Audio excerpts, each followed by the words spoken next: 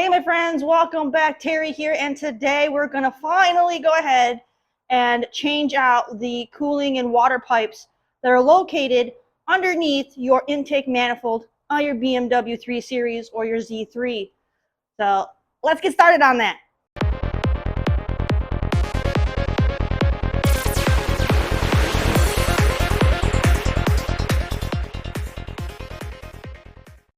All right, you guys, I'm going to try to do this as quickly as I can. Hopefully nothing goes wrong, fingers crossed. It is an exceptionally humid day here in Georgia, and I have been out here for less than 5 minutes, and I already have sweat collecting on my face. It's going to be a really wet, sticky day. Because of all the moisture collecting on everything, I will not be able to have my additional lighting on, just because I don't want to take the risk of all that moisture collecting on my electrical stuff like that. So hopefully the natural lighting will suffice for this project in the meantime. But let's just get these two pipes off. Okay, so here are my replacement parts here. We got the coolant pipe right here. I got the Rein automotive brand. And there is your part number information right there. If you happen to have a Z3 like what I have, always check compatibility with your vehicle. And then I also got this one from Euro. And this is the water pipe, and this one is actually aluminum. They do make a plastic version, which is the one that you would more than likely come across with the normal search. But this one is actually aluminum, so if you're able to grab this one, I would recommend doing that. All right, let's get underneath this hood. Okay, so this is where we are. Now remember, you have to remove the intake manifold. If you have not already done so, go and check out one of my previous videos where I go ahead and I demonstrate my process, how I did it. And so you can go ahead and get that out of the way. Now, you have to kind of move your electrical around, but this is your water pipe right here. And then along the block here is your coolant pipe. Those are made out of plastic, and these tend to get really brittle and they fall apart. So we're going to be replacing these out today. Also, when you do these, make sure you check all your hoses. You got this one here, this one over here. These go to my reservoir.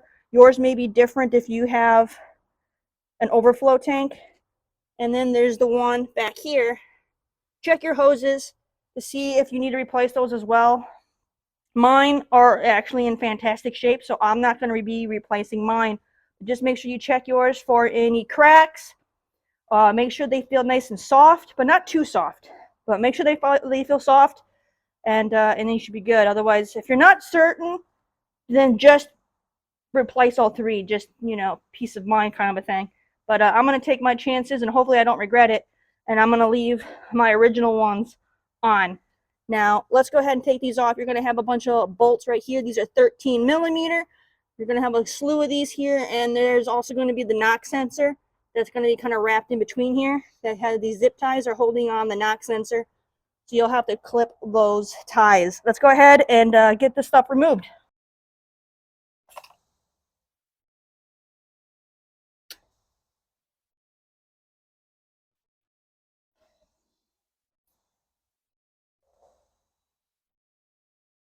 Go ahead and cut off those ties. That way I don't yank the knock sensor off with everything. Now, there's a good chance your Vanos oil supply line may get in the way, so you may need to loosen that and move it out of the way. Just note, oil will not drain from that line if you have to move it. It's perfectly fine. And if you do, I believe that was a 19 millimeter when I did that last. So I think what I'm going to do is focus with the top one first. Now, I got a 13. Looks like 3 13s, and I think there might be this one up in the top corner. So I think this one up behind the Vanos oil supply line, that might be a 10. And then there's one. So 1, 2, and 3 holding on this pipe. This one down here is actually for the water pipe below. So 3 13s and then possibly a 10. I think it's a 10. In the interest of saving time, because it's so hot and out here, and the moisture is collecting on everything very, very quickly here, thanks to humidity, I'm going to just grab my breaker bar and try to get this done quick. There we go. That one's loose. I'm going to just go around with my breaker bar and loosen all of my 13s.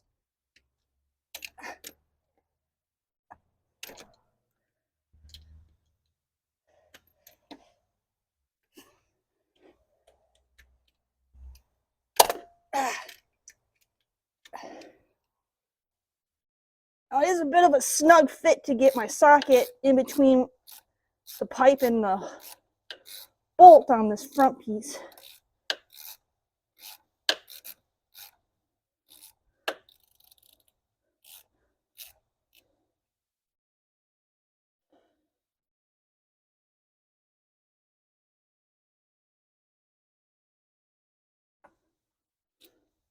Actually, that's only the knock sensor, so don't even have to take that one out, probably. Well, it might be in the way for the pipe. Okay, so my mistake. So those two bottom ones are just holding on your knock sensor. So you don't even have to remove those. So I took the one off because it might get in the way since it was pretty tight and snug. What I'm going to do is I'm going to tighten up the other one on that end. I don't need to remove that. All right, made that tight again. So then you will actually have one 13 on the top, and then I think that other one was a 10.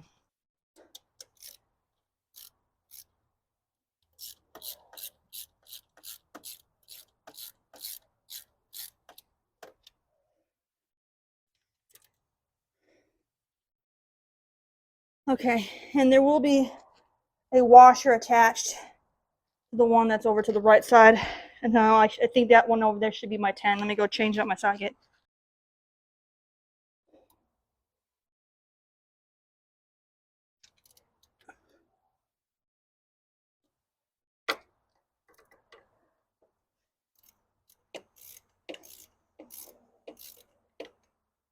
All right, that's definitely a 10. And that's just going to be a nut.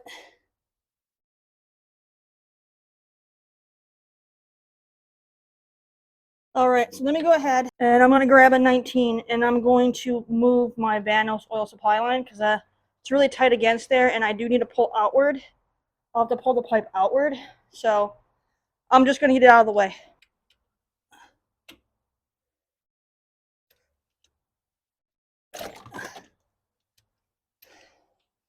Now remember, there's two crush washers on either side, so do not lose them.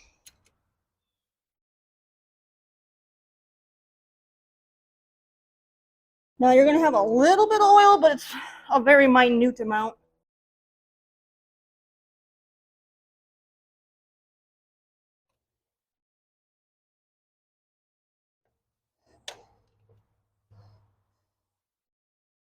So what I'm going to do is I'm going to take those crush washers and that banjo bolt out because I don't want those parts getting lost. And then I can just free up some space and tuck that up there out of the way.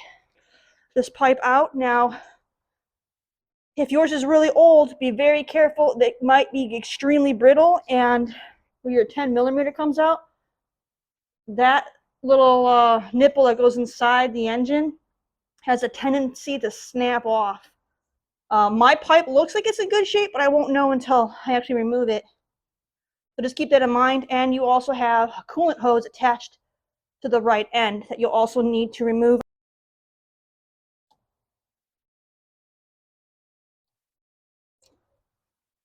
It may actually be a good idea to disconnect that coolant hose before you unbolt the pipe.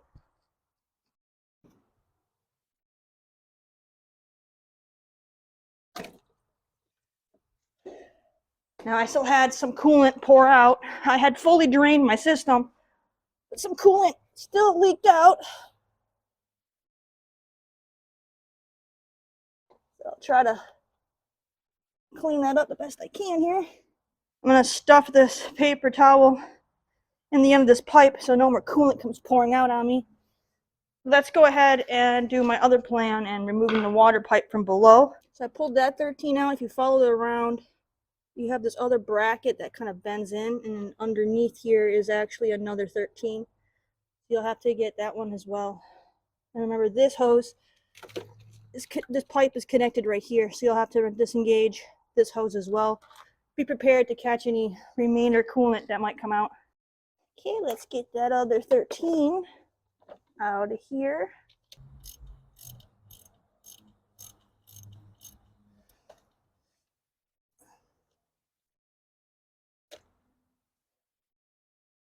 And there's also a washer on this one, so do not lose it. yank that hose off of there. Be prepared. There's probably going to be some coolant leaking out.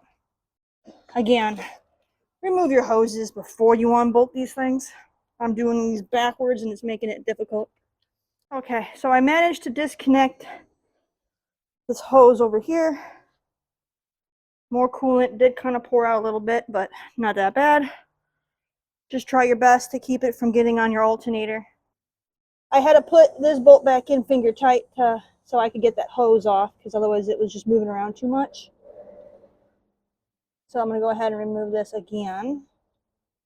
So yeah, if you're doing this, take your hoses off first, then remove the fasteners. All right, so my plan, because I'm not able to just pull this off, and I'm having difficulty getting the bracket off that stud.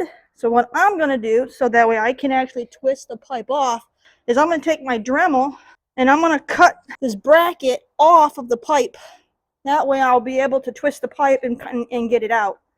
Because that stud is making it difficult, and I'm going to end up breaking it, and I don't want to do that. So let's just Dremel this thing off. Trying to be careful not to hit don't want to hit any of my wires, and I don't want to hit the stud itself.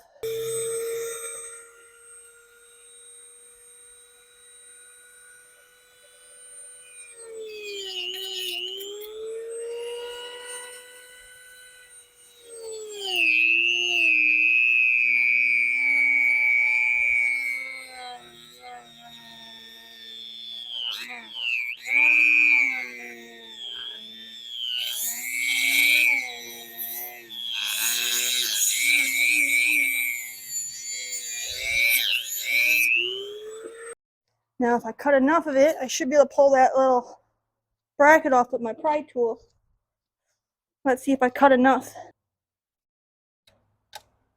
Okay. There. I was able to dislodge that little bracket piece.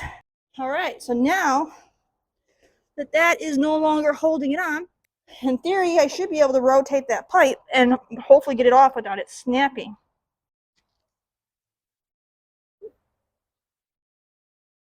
Because that gives me room to kind of twist. Look at that, see? I was able to twist it completely up and down. So now I'm able to twist it and work its way out of the engine without snapping it. So that would be my best tip, is if you have a Dremel or a really tiny little saw or something, to where you can carefully cut that and not hit, be careful not to hit the aluminum or any of your wiring or anything, but breaking off that piece off that stud is going to make it a lot easier for you to wiggle this pipe out. All right, I'll be back once it's out. All right, so I have the pipe removed, and what I did was I just kind of kept rotating it up and down, and then I took my small pry tool, and right where this nub is, where that bracket used to be, I used that to kind of push it out as I went up and down, and it came out quite easily. And if you look, this is what we try to avoid when we need to replace these, because the plastic becomes brittle and it starts to fall apart. And you can see mine, now this was damaged when I pulled it out. I wasn't prying on this side, so mine had already started to disintegrate inside the engine. So if I had not been changing these like I am right now, this would have continued down this entire nozzle, and then when you would have went to remove it, this piece here would have snapped off inside the engine block, and you would have a very difficult time getting that out. Now, if that does happen to you, if yours are extra brittle and yours does do that, I recommend checking out a video by Kludge, because he had that happen on his M52 TU on his Z3, and he actually goes over a way to go ahead and get and de-thread this plastic stuff out of there, so you can clean out that engine block. So I can link his video in my description, so that way Kludge can show you how to get this out if yours breaks off. But yeah, it gets really brittle. So I'm happy I'm changing mine because mine is already got early signs of it right now. So this could have been a very bad day. And taking a Dremel and cutting this off was the smartest thing I could think of, because it would have been extremely difficult to get this out without breaking this. So cutting off that bracket will make this a lot easier, because then you can rotate the pipe. So that's the trick. All right, well, I'm going to go ahead and work on the water pipe now. The coolant pipe is off. Let's go get that bottom water pipe. All right, and then with this water pipe, all I'm doing is slowly twisting this up. So that way it's kind of rotating a little bit. And I'm going to try to carefully nudge that out. All right, so now the water pipe is also removed, as you can see here. And this end is the end that goes inside the engine. And you can see this one here is also at the early stages of coming apart. It just started to flake off at the tip. So good thing I'm changing this, because yeah, I don't know if it would have lasted another year before this thing would have been overly compromised. So definitely a blessing in disguise that my fan broke when it did, because it's forcing me to go through all of my cooling system. And because yeah, if I had kept putting it off like I was, this could have became a huge nightmare, and it would have been way worse than my fan breaking. So blessing in disguise that my fan broke, and now my coolant pipes are getting changed out. So yeah, this water pipe is in better shape than the coolant pipe was, but yeah, it definitely was ready for replacement.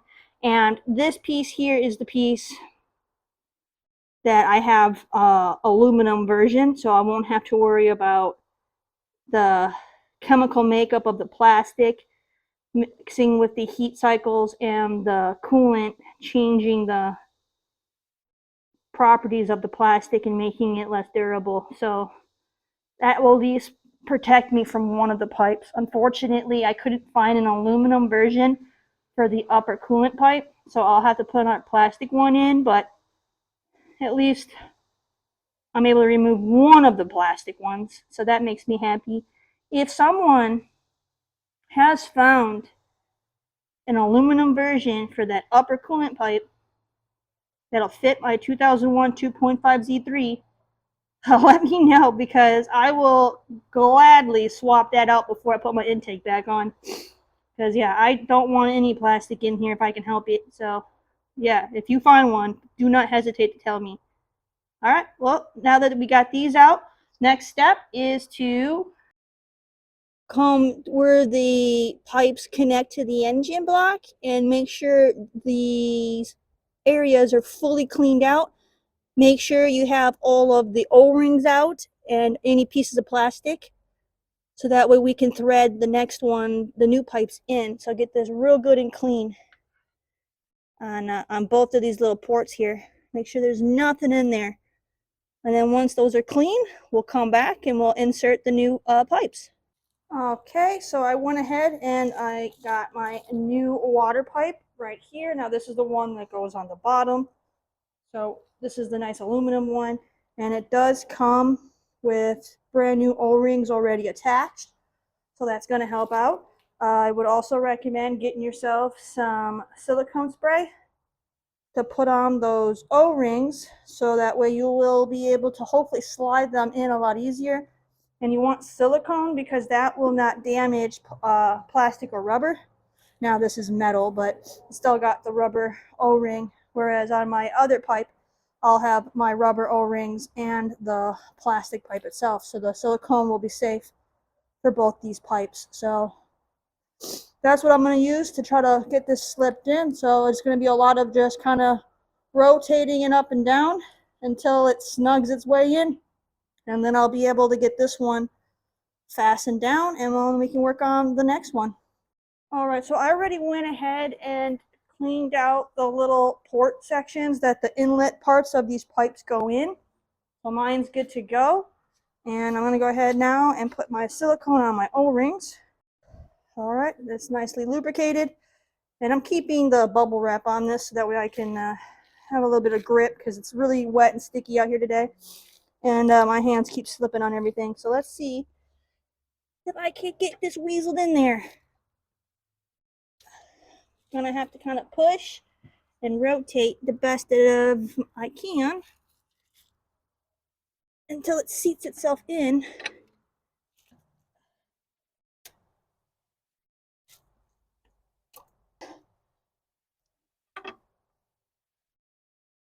Well, that's not good at all.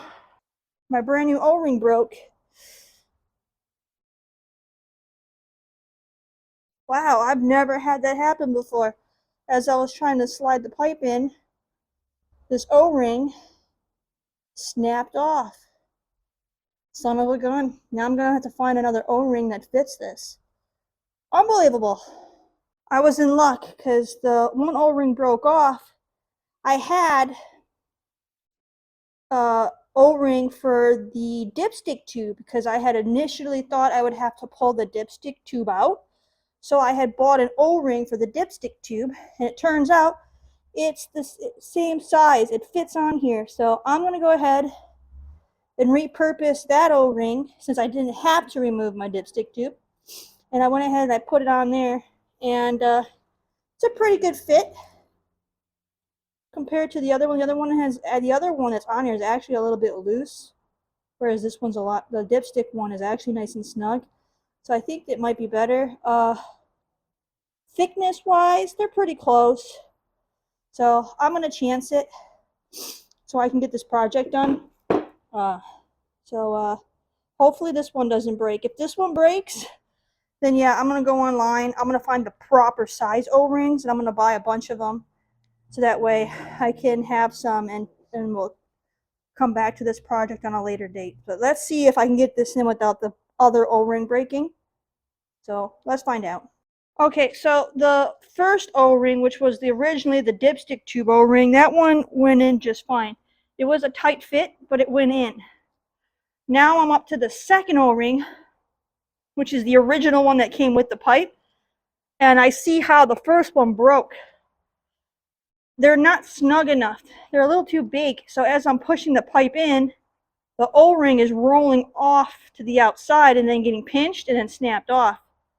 So what I'm going to have to do is postpone this repair and find the proper size O-rings, or I might just get more of the same ones that dipstick tube one was and put those on, because it was still a tight fit, and I tried pulling it back out, and I'm having a difficult time pulling it back out. So that dipstick tube O-ring definitely works. It's just the original one is too big.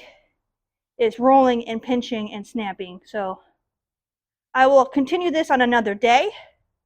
We'll get some more O-rings because there's a good chance. Well, I don't know if I'll have the same issue with the other one because this is a different brand. I went with Euro for the water pipe, and I have Rein for the coolant pipe, and I've never had issues with Rein, so I should be okay with this one. But I still want to go ahead and research the size O-rings that are supposed to be on here, and I'm going to buy a few extra ones because I got to definitely replace that one that's about to break. So all right, we will reconvene another day after I get some more O-rings. All right, friends, I'm back. It's honestly been a little over a week. I had to temporarily postpone the coolant project on the Z3. Ran into some issues. Had to replace the torque converter on my Yukon. Not pleasant. Had to do some work on the Rein lawnmower and some other projects around the house. But I'm back at it, and I bought some replacement O-rings for that water pipe. Because if you recall, this is the aluminum upgrade from the original plastic, and this one's made by Euro parts. Now, this top O-ring is actually the dipstick tube O-ring that I put on as a test fit, and that one actually fits pretty well. The O-ring here on the bottom is actually the one the manufacturer put on here, and I can freely spin it really easily, and if I just lightly pinch it, I don't know how you guys can see that, if I lightly pinch it, it really pops out quite a lot, and that's what's allowing it to get pinched off and get broken. They put they put the wrong size on the part. These O-rings are too large for this part, so the manufacturer screwed up. So I went ahead and I bought some O-rings. Now these are the ones that are originally supposed to be on the pipe. And now keep in mind the plastic pipe. Now this one's the aluminum. This might actually be a little bit smaller diameter, which is why we're running into this issue. I'm gonna try these out.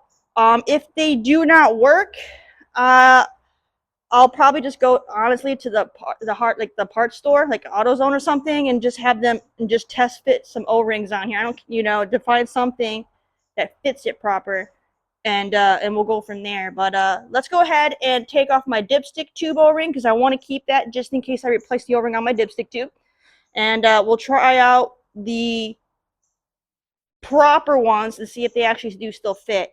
Let's get these two off. Okay, so take this first one off.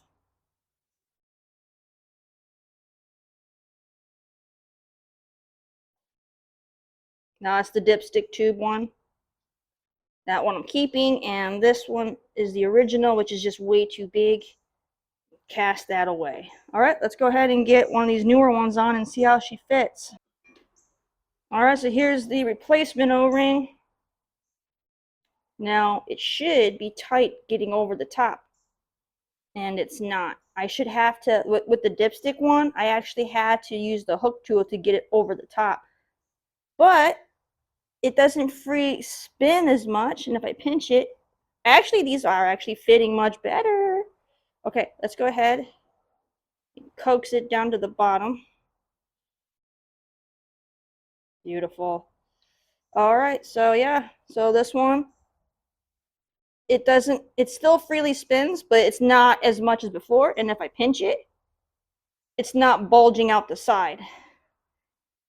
So that's a win, because if I'll show you guys one more time. So this is the old one that the manufacturer had on.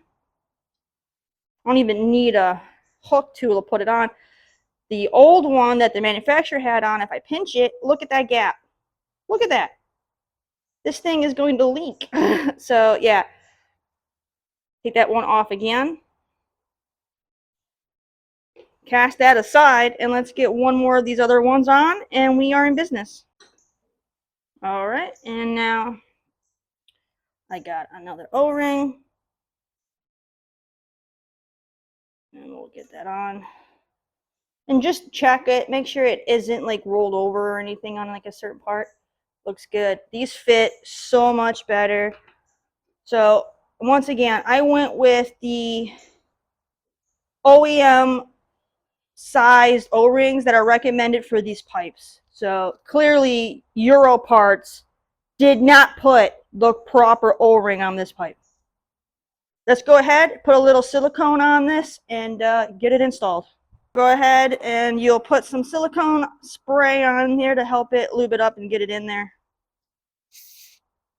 A little bit more than I wanted. That's all right. And also, I'll be joined by my buddy Todd. He'll be here for hilarious commentary. Let me pull my paper plug out. Now this one. Now you can spray that in. Trying to make sure, remember which orientation this one was, because this one should go in like that and connect to, where'd my hose go?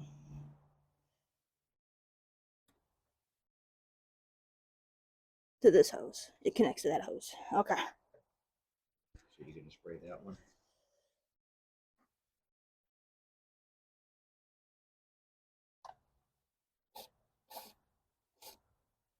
Get it nicely lubed.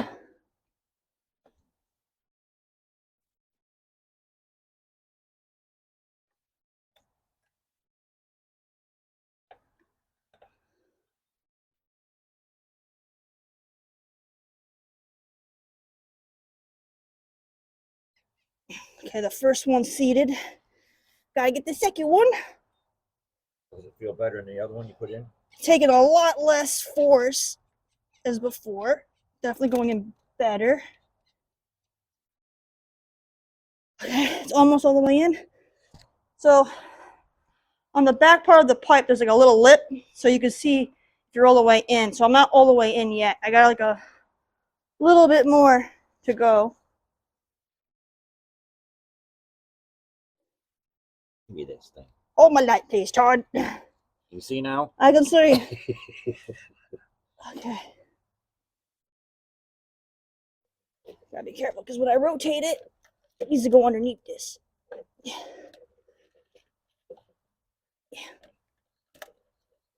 Okay. Now let's get it in. So that way my orientation is correct.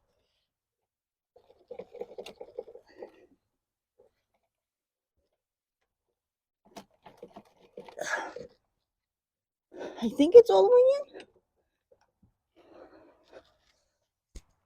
I think it's all the way in because my bracket is lining up there and there. All right, I think we're in. Bring you guys in for the close-up here. So the pipe goes in right here, and it's in there. So, and then you got your bracket that goes here, and this one goes down here. You'll have to bolt these back in.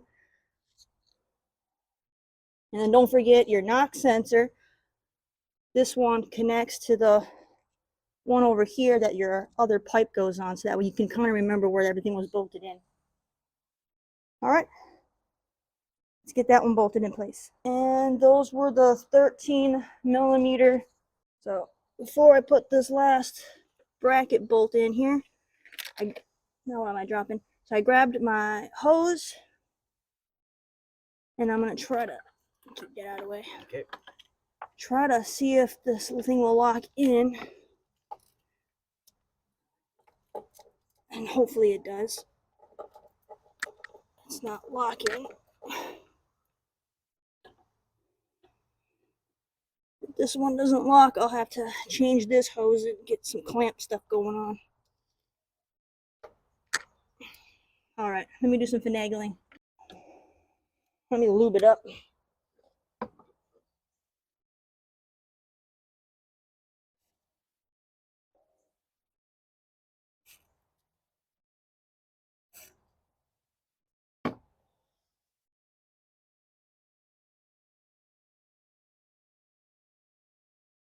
Ugh. Come on, please lock in.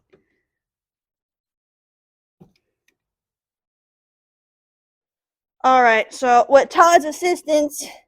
Oh, you had it off? Yeah. So Todd went ahead and he was stronger than me, and he was able to squeeze it on no problem, you know, making me look bad. But thank you, Todd. So he got it on for me nice and tight. I can pull on it. There's no play, so we should be good on that pipe. Let's go ahead and get that last bolt in on that bracket, and then one pipe is done. All right, now we'll get that second bracket bolted in.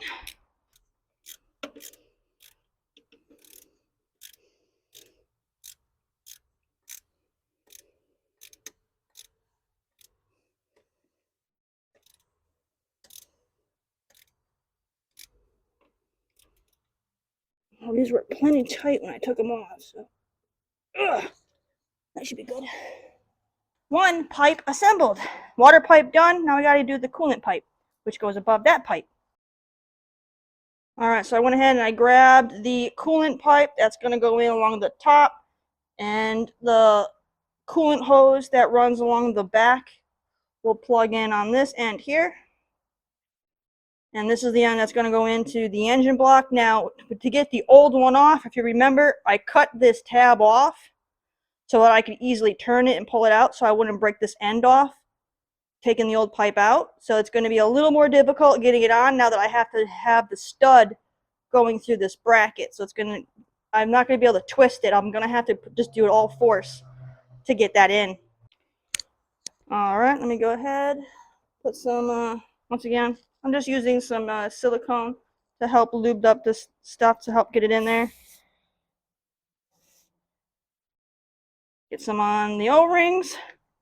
And I went ahead and I squeezed and I checked these ones, and these are at the right size. So Rein Automotive, they got it right. Unfortunately, Euro parts, they effed up. So keep that in mind. Okay, so let's go ahead. Get a little lube action in there. Now remember, this one you won't be able to twist because you have that stud.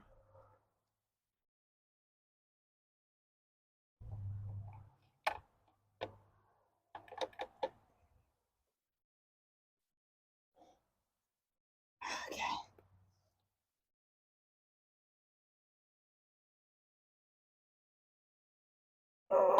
Ooh, that went in nice and easy. Okay.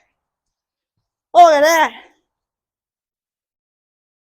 And then it just connects right there. I'm actually, that's the hardest pipe to take out, but it was the easiest putting in. Go figure. All right, well, let's go ahead. I'm going to get the hose connected to it first, and then we'll bolt that one down. All right, I already went ahead and I sprayed some silicone on the pipe and the plastic pipe. I still got a lot of coolant kind of in here, so I'm not worried about that. And my metal clip is attached. Always check that. Make sure your clip didn't fall off. Now I'm getting coolant everywhere. Where's my grooves?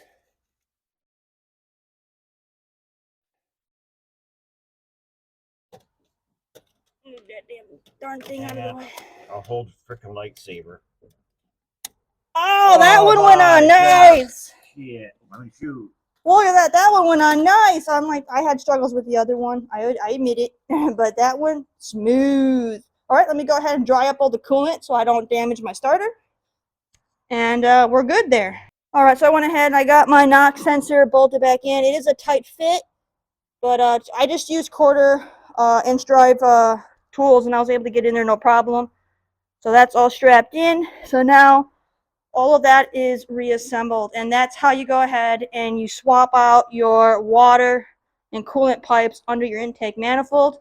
Once again, make sure you double check the hoses, replace them if they look worn, cracked, or anything like that. Mine are in really good shape, so I'm leaving mine on. All right, friends, and that is how you go about removing your old coolant and water pipe from underneath your intake manifold, as well as how you do your replacement. I hope you found this video useful. Go ahead and give the video a like and leave a comment, and I'll check you out on my next video, which is going to be engine mounts. See you soon. Bye.